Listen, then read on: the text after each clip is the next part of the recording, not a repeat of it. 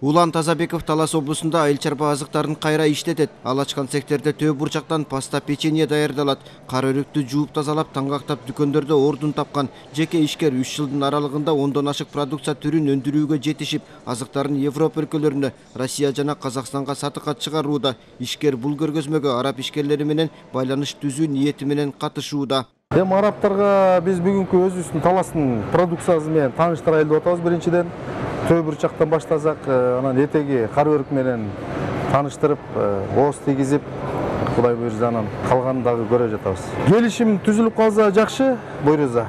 Ой бар, балким ойлойм мен, келишим түзүлүп калат деп.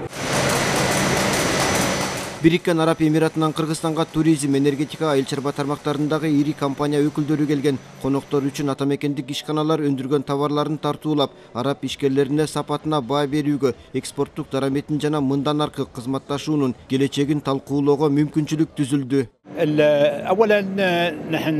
Кыргызстанга биринчи ирет келип табиаттын кооздугуна, элинин меймандостугуна таасирлендим. Кызматташа турган багыттар көп экен. Туризм боюнча кызматташса болчудай. Биздин өлкө экологиялык таза азыктарга муктаж, даярбы же кайра иштетилеби алууга кызыктарбыз. Ошондой эле соода сатык жаатында байланышты бекемдесек болот. Эки өлкөнүн ишкерлери тил табышса алака түзүлөт деген ойдомун.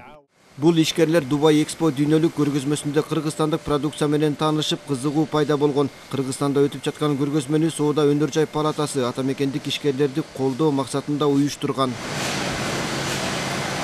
В связи с этим их мнением мы пригласили сюда. Биз араб ишкерлеринин пикирин сыйлап көргөзмө өткөрүп жатабыз. Максаты биргелешкен ишкана ачуу, инвестиция тартуу эмес.